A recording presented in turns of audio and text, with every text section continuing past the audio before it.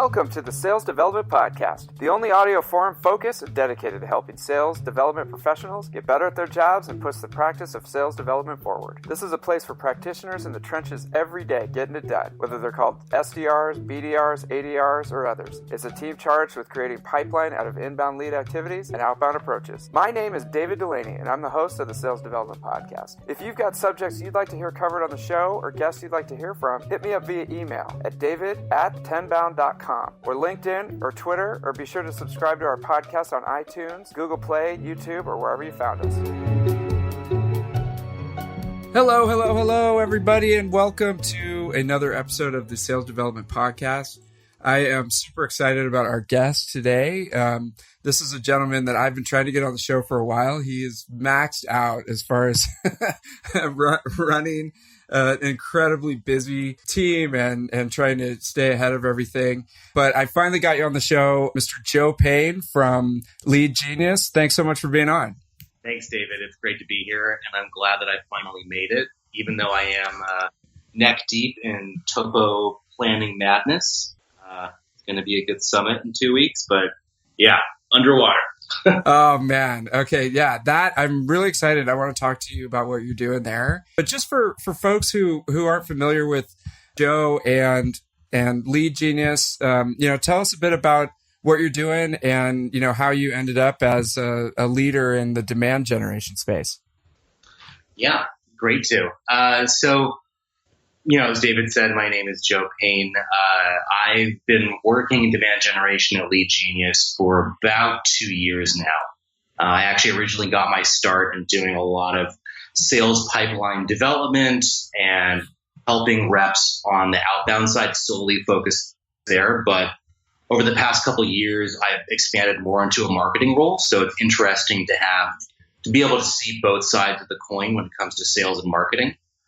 Prior to working at Leadgenius, I was at a company called Soldsy, and then before that, I was at a company called Radius Intelligence, which I'm sure some of you are familiar with. That's really where I cut my teeth in the startup world. Excellent. Okay, yeah, Radius is a really interesting company, and they're doing a lot of cool things.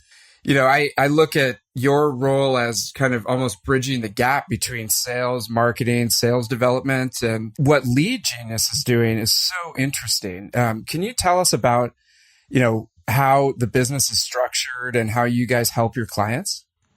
Yeah, definitely. So Leadgenius is a lead generation company at its core, but what really separates us from other companies out there is that we do have a team of human researchers that takes our data essentially to the next level. So what that means is that when a marketer or a sales leader comes to us, we actually help them refine and build an ICP that's more reflective of reality, what their ideal market actually looks like.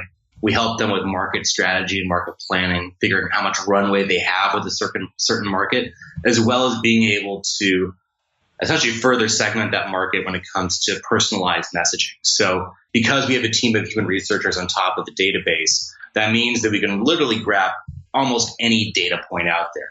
A great example of this is that, we were helping a company target VPs of sales. It was a sales optimization software.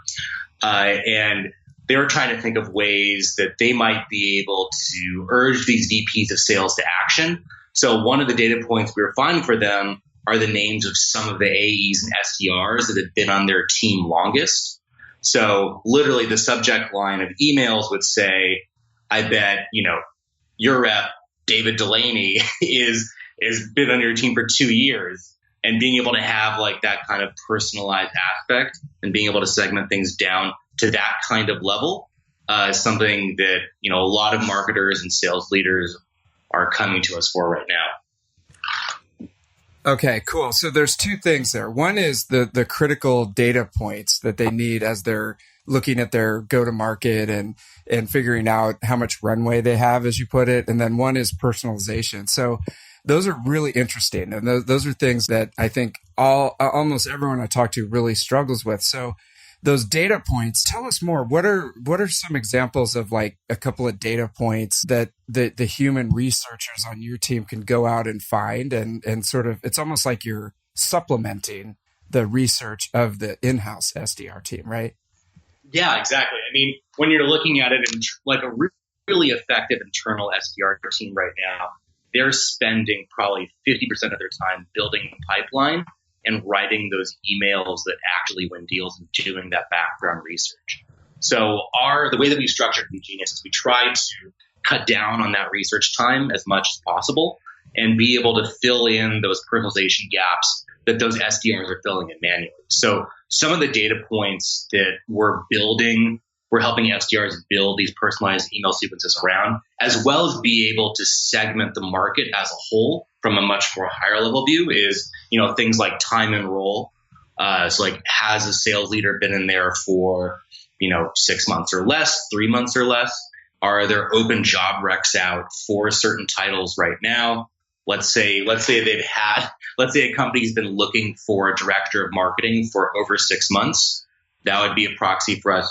We also go into the back-end technologies as well that aren't, readily visible. So is someone using Salesforce? Is someone using Marketo? Is someone using one of these technologies out there that might pull a lever? But I think what it comes down to more than anything else is being able to figure out what really is going to stick around messaging to a prospect. So we're also pulling in school data. We're pulling in certifications, like is someone a Marketo champion? We're pretty much it all depends on the creativity of that marketer or sales leader when it comes to what they want their message to look like. And that's really, on our introductory calls with clients, we try to have those kinds of brainstorming sessions where it's like, what do you actually want to say in this email? What does your ideal customer profile actually look like? Let's go beyond the SIP codes and the NAICS codes.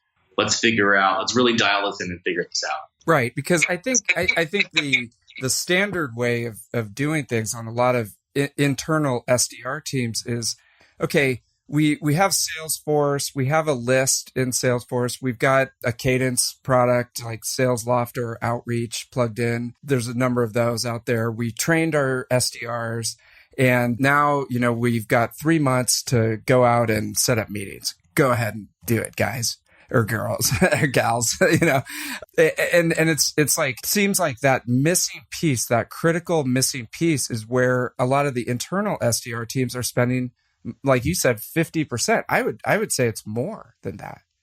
Yeah, no, I mean, 50% was being nice, I guess. It's interesting. One of our top clients over here is a major startup credit card processor, and their SDR team it's very effective, but still pretty small and scrappy. And they were looking for just easy ways to move the lever on their side. And what we ended up doing for them is using essentially our research team to pull in data points directly from Yelp, even photos of food on Yelp, like whatever they could put into their email that's going to make it look personalized and make it look real, like they did their research and they're actually able to move the needle. So that's an extreme example of how we've enabled sales teams in that sense. But you get the picture. It's being able to having a rep do that themselves, where it's like, all right, I need you to go to every restaurant in San Francisco, pull down, what their top food item is on that menu, and then attach an image in that email. I mean, you're looking at hours of time, but very high response rate. So it's interesting how you can calculate all that.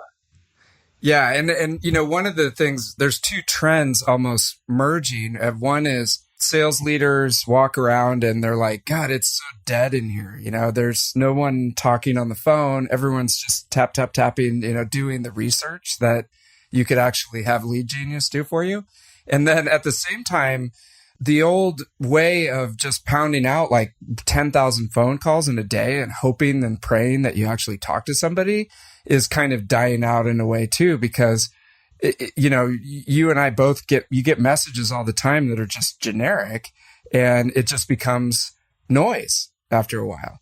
So you have to personalize. And the only way to personalize is to research. Yeah. And how do you do that at scale? I mean, that's really the crux of the matter. And I think that, a lot of sales teams out there, they're doing a really good job around, kind of using these account-based sales development models or just ABM in general to increase that personalization. I mean, like Engage You is a great example, being able to run these plays very effectively, but you're still going to run into an issue of scale no matter what. And especially if you're not targeting, enterprise or mid-market, like if you're like this credit card processor and your total addressable market is 500,000 or maybe even a million businesses. If you're looking at SMBs that process credit cards, like that's a market size that where EBM and account-based sales development really struggles to perform at scale. Yeah, exactly. And so what do you say to someone like that? Because most people are still in the lead generation model where it's, just send out millions of messages and then hopefully you create some leads. They're not even thinking necessarily in the account-based model in a situation like that. But at the same time, you have to personalize to get through all the noise. So what do you say to someone who's stuck in that old school lead generation model and they're looking at you and saying, Joe, dude, we can't do ABM. Our total addressable market is 1 million customers. Yeah, no, I mean, in those situations, the funny thing is that when you're talking to clients like that or potential clients like that, you're often talking to leaders, sales leaders and marketing leaders that they're still stuck in this like 5 cent, 10 cent leads world for SMB at scale. And a lot of people just need to come to grips with the fact that, you have to spend a little bit more money if you're really going to capture that market share. And if you're really going to actually gain the traction you want and have the segmentation and, the actual data points your sales team needs to perform. You can't just spray garbage everywhere and get deals anymore. Even when your market size is 1 million companies, you got to put in some thought and care, which, I know a lot of companies are still struggling with, especially when they're targeting, massive market sizes like that. So. Yeah. And so a couple of things is you got to get those data points, and that just takes research. You've got to be able to personalize. You got to be able to like segment out your market. So start with account-based marketing. You got to have like your dream accounts over there, like your A accounts that you're going to put a bunch of time into, and then B and C. And the research takes time. So you're walking around the sales floor. It's already really quiet. You want to get the SDRs, active and setting up meetings. So you need that research. So when I looked at Leadgenius, it's like, how did the company go about setting up these researchers and getting a reliable, set of people to do the research throughout the globe, right? I mean, because it's a complete global company, isn't it? Yeah, no, we are a global company. We have around 600 researchers around the world.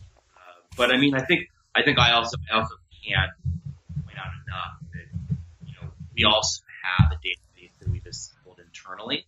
And that's really where the baseline starts. We use our researchers in very targeted and efficient ways. So when it comes to the way our database looks, is we have an amazing database, our engineering built around accounts and companies and, getting a lot of those firmographic, just starting points that someone needs. But then where the researchers come in is where, that's where we're getting contact validation. That's where we're getting custom data points around contacts and building out account hierarchies. And usually we're doing that on a per project basis, per clients. We're not really reusing contacts. We like to make sure everything's fresh and up to date. And this leads us to have, one of the lowest bounce rates on the market. We're essentially, with all of our clients, we're guaranteeing a bounce rate of less than 10%. And oftentimes we're seeing that bounce rate be more on the lines of, around 2 to 5. So we really pride ourselves on data quality. And then also too, I mean, it's interesting when you have a research team, you can talking to companies that have only dealt with more list-based purchases, and they finally have a team where they can kind of just, use them as their ultimate weapon and kind of point them at problems they've been suffering from forever. So one of our big clients out there, Box, when we first started working with them, they had, I think it was around 20 plus lead sources in their database. And by using us to validate their lead source data quality, we got them down to, I believe their current number is around 5 lead sources, with us being the ultimate source of truth. So it's really interesting where you can point the weapon that is Leadgenius inside of your CRM. Either it's for enrichment or whether it's helping net new lead generation. It can definitely go both ways. Yeah, I mean, you could see that it's almost like adding an extra layer, because in the old days, it was just buy a list, put it into Salesforce and then have the SDRs call and validate it or do research. But it's an extra layer. And by adding that extra layer of research, you can whittle down 20 lead sources to 5. That's amazing. And you don't have to waste your money on those 15 anymore, because they probably weren't working very well in the first place. Yeah, no, I mean, and that's something that, we're really keen on talking to clients about over here, is that, what the rise of the lead gen stack, as it were. Like, oftentimes we're talking to clients, and I'm sure you've run into this too, where, you're like, all right, what does your lead generation stack look like? And they're like, well, I got Odesk, I have ZoomInfo, I have LeadSpace, I have Datanyze, and I have my SDR team. And then, I built out all the accounts also with data.com because that was free. And you're just like, what the hell is going on? Exactly. It's like a humongous Tetris game. It's like, where do all these things fit in? And so that actually brings me to a question that I had. As you work closely with your SDR team, I assume that you have SDRs at Leadgenius, right? Yeah, we do. Okay. Yeah. So you got a team at Leadgenius, and so are they just like kids in a candy store because they've got all these researchers on their side, or how do you work together with your own internal team? Yeah, I mean, to be honest with you, it's kind of like a double-edged sword. We have so much power behind what we're doing over here that it's kind of like, where do we start first? We can change and do anything that we want. We have the power and control to essentially alter, whatever our total addressable market looks like, or what our account list looks like, kind of on a dime. So there is a lot of power and control there, and it's definitely something that we've had to struggle with internally, especially with people coming from companies that have way more finite resources around this. But overall, our research team has been incredibly powerful for our SDR team, especially when it comes to finding data points that, we're going after most this quarter. Like, some of those include getting people's Twitter handles for Twitter advertising. That also includes finding, personal email addresses on top of their business email addresses, so we can better target folks on Facebook. So to increase that Facebook ad match rate. So we're also using our researchers to really boost the marketing team in terms of increasing our ad targeting as well as sales development. Okay. So, you guys you're still a startup and you're gaining traction. So it's not like they can just go and call a researcher for any old project. I mean, they're still, you're resource constrained because you don't have just free reign to millions of researchers around the globe, but you guys are using it in a very targeted way that helps you to test and measure and different things like that, it sounds like.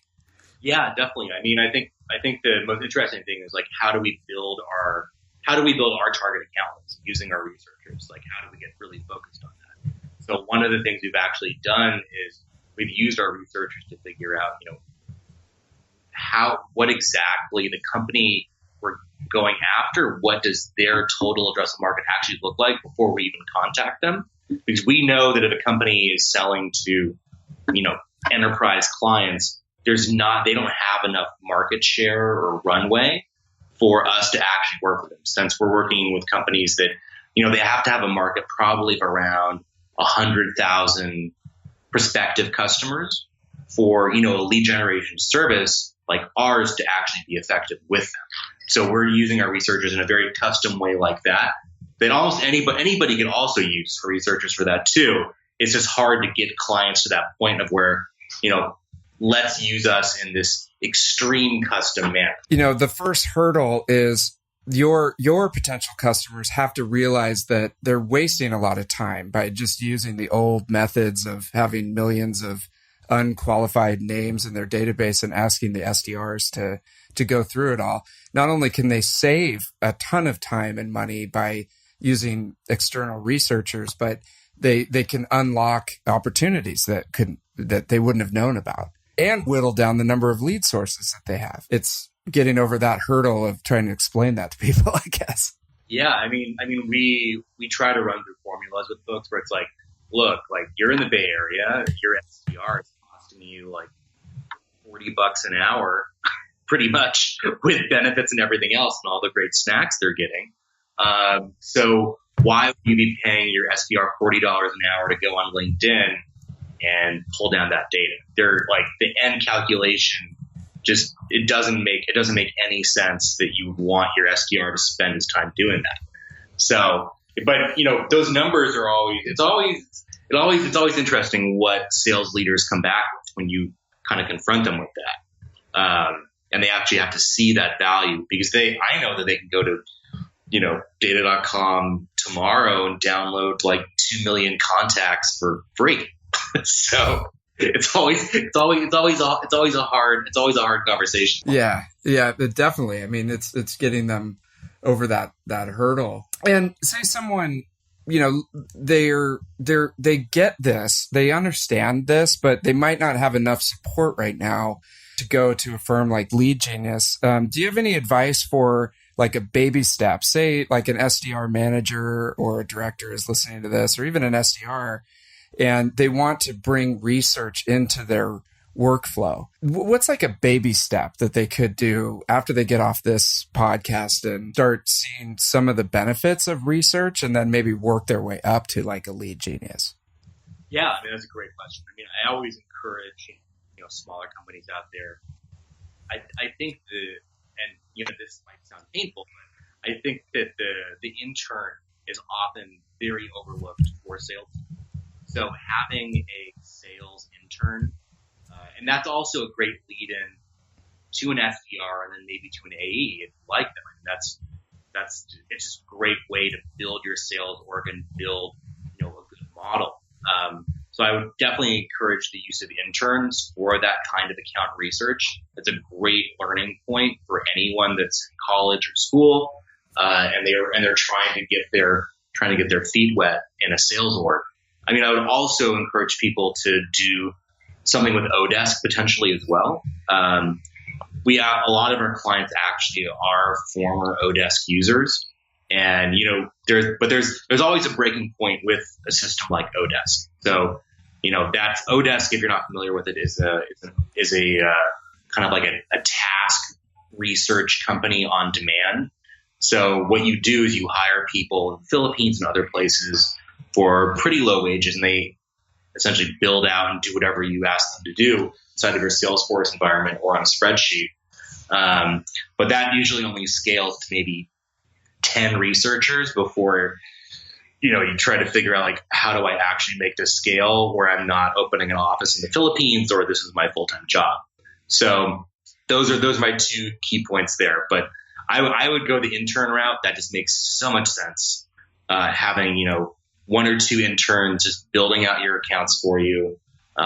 Doesn't really work at scale, but it's a great way if you're starting out small. Yeah, exactly. No, that's a great reminder, and on a lot of different levels, because you're also giving somebody a chance, who may not have exactly the experience that you need for an SDR, but they can do the internship or, be like the sales coordinator or something to just build lists and just really focus on that really time consuming stuff that could enable the SDRs to have more conversations and thus create more meetings for the AEs. And then, you can dip your toes in the water. I with like Odesk and stuff. I think they call it Upwork now, but they do, don't they? Yeah. So, I mean, the thing is, like, it's the scalability that just is concerning in that regard, because you're having to manage all these people online, and if you can go up a notch to Leadgenius, then there's people like Joe who are like experts in not only managing all the whole thing, but optimizing it so that you're getting the biggest bang for your buck from the research team. Again, it's like baby steps, right?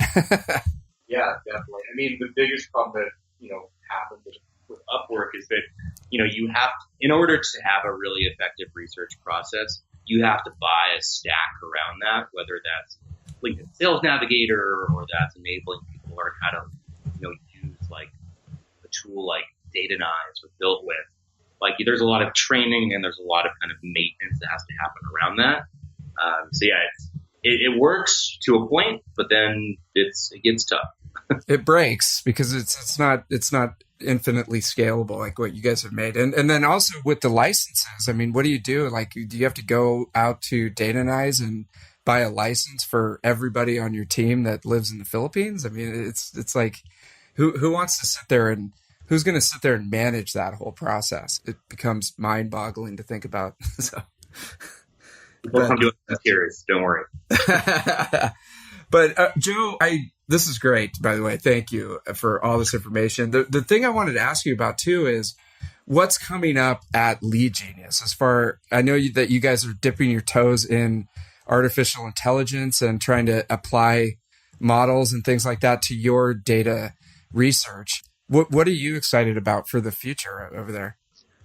Well, I mean, I think the biggest thing that we've been focusing on lately is the concept of total addressable market and being able to effectively map people's markets and then segment those in ways that people didn't know was possible. So, and that's a problem. I mean, contact data and personalization is a piece of that puzzle, but from the very high level, being able to actually know what your total addressable market is a problem that plagues both sales and marketing, and no one's actually had a really good solution for that.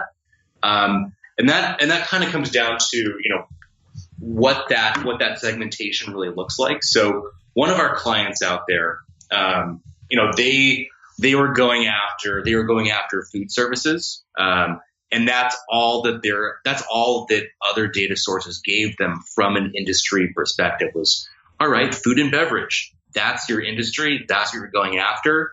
And we all know that food and beverage, there's probably at least 15 or 20 sub-industries under that weren't being segmented out properly. So what we did for this client is we took that food and beverage market share and then we cut that up into 20 other pieces. And they were actually able to leverage each one of those segments individually and actually be able to push things through a lot more effectively and faster and be able to segment out their teams around these as well. So, I mean, I think that market segmentation, that's definitely the future. How can you create the right message at the right time for the right segment and have the data to back it up? That is super exciting. I don't think people look at that closely enough. And actually, there was a guest on this podcast named Carrie Simpson who came on a few months ago, and she was talking about the same thing. Up in Canada, they'll give you money for a venture project, but you have to prove out that you're going to be able to make money with that venture by having solid research on your total addressable market. And so she found a niche in doing something similar to what you're talking about, and taking an idea and going out and validating it before spending multiple millions of dollars on the idea and potentially losing all the millions of dollars. And I don't think that a lot of companies and sales leaders really look at their total addressable market like that. They're still stuck in the, like to your example, we going after food and beverage. Go. Yeah, it's crazy. I mean, I can't tell you how many companies come to us and they give us their ideal customer profile. And they're like, all right, this is who we're going after. And then we have to tell them, like, hey, buddy, your total addressable market is maybe 5,000 companies. Does that actually work for you? Can this actually work as a business model for you? Maybe we should tweak these other dials here and figure out, like, let's figure out how we can get you 10,000 companies or 50,000 companies in your total addressable market and actually be able to play with that. I mean, people come to us and they're like, all right, I'm going after companies that are making $10 million in revenue. And we're like, well, why wouldn't you go after a company that makes 8 or 7 or 6? What are these actual signals that are leading up to the 10? And can we find these same signals in a company that's making 6 million? Because you should probably sell to them too. And there's no reason why you should put that artificial cap on your own market. It's crazy. Yeah. I mean, do you ever have like kind of a oh shit moment with them where they go, oh my God, like our total addressable market is not as big as we thought, and we have to go back to the drawing board and figure out what we're going to do. I mean, or something like that. I mean, does stuff like that ever happen? That's definitely happened where they're like, oh, like we have a business model based around this. And there's that eye-opening moment of like, oh, you actually don't have a business model. And let's help you come back to the drawing board and let's play with these numbers and let's figure out what reality actually looks like here and where you got these numbers to begin with. Because, if someone's using like a big tool like data.com or InfoUSA to actually figure out how viable their product is in the open market, like that's, you're kind of playing with chance there. Well, I know, playing with fate. That's the word there. Yeah, it's nuts. Oh, that's crazy. That sounds like uncomfortable conversation. But I mean, if somebody was really, really focused on moving the needle, I mean, they would look at that and go, oh my God, like if this is right, like we need to go back to the drawing board like immediately. So, yep. No, yeah. I mean, sales and marketing is always about you creating the right hypothesis and being able to actually prove that out. So we like to think of our team and like what we're doing over here is, people come to us with their hypothesis. This is the market I'm going after. This is the segment. This is what I need. And then we can actually prove that actually works or not. And that's something that, a lot of other companies can't do out there, where they're just going to get, all right, I'm going after food and beverage. Here's 1 million companies and, 2 million contacts. Have fun. Like that doesn't really tell you that. Yeah. Or, I mean, they come up with a hypothesis, they put it out for a few months, and then they come back and go, our sales development team sucks. Or, our marketing team didn't get enough leads and stuff. But it's actually, maybe if you kind of peel it back another layer and you look at it, that, maybe we need to actually look at the hypothesis and the goals for the program, take it a little bit deeper, right? Yeah, totally. I mean, you can't leave things surface level there and just, throw something at the wall and see if it sticks or not. I mean, it's, there's a lot more to this than what most people are doing right now. Yeah. And don't play the blame game. Like go back and, use the data to figure out what's going on. But Joe, this has been great. I mean, I would say for SDRs listening to this, as just a recap, sit there with a stopwatch someday and time out how long you're spending on research and figure out before somebody else does at your company, figure out exactly how much it's costing to research all these things and how long it's taking. And, if you can step up and come up with a better solution, like some of the ones that Joe suggested, that's leadership. I mean, that's stepping up and giving people that data. And then I would say for SDR managers listening, it's like, hey, have you really thought about why it's so quiet out on the sales floor and why people are spending so much time researching and what that's costing from a business perspective and what better results you might be able to get if you break that off and look at it as a specialization. And there's firms out there like Leadgenius that can help. They're experts in getting that research and stuff like that. So, Joe, I can't thank you enough, man. This has been super interesting, and I love talking about this topic. So I really appreciate you coming on the show. Yeah, David, it was a huge pleasure. It took me too long to get here. I'm glad I finally got here. It was good. Yeah, and before you sign off, how can people? I'll put your name and email up on my blog after the show with the show notes. But how can people get in touch with you if they want to learn more about Leadgenius or the stuff that you guys are doing over there? Well, I live and breathe on LinkedIn way too much. Definitely find and message me there, connect with me. Also, I still have my childhood Twitter handle, brunch_life, LYFE. So if you want to hit me up on Twitter, feel free to message that ridiculous handle. Wait, say it one more time because I want to make sure they got that. Yeah, my Twitter handle is brunchlife, brunch_LYFE. That's awesome. Yeah. Oh man, cool. Okay, excellent. Well, Joe, yeah, thanks again, and looking forward to tracking your further success in this field, and just appreciate you sharing with all the listeners. Definitely. Pleasure, David.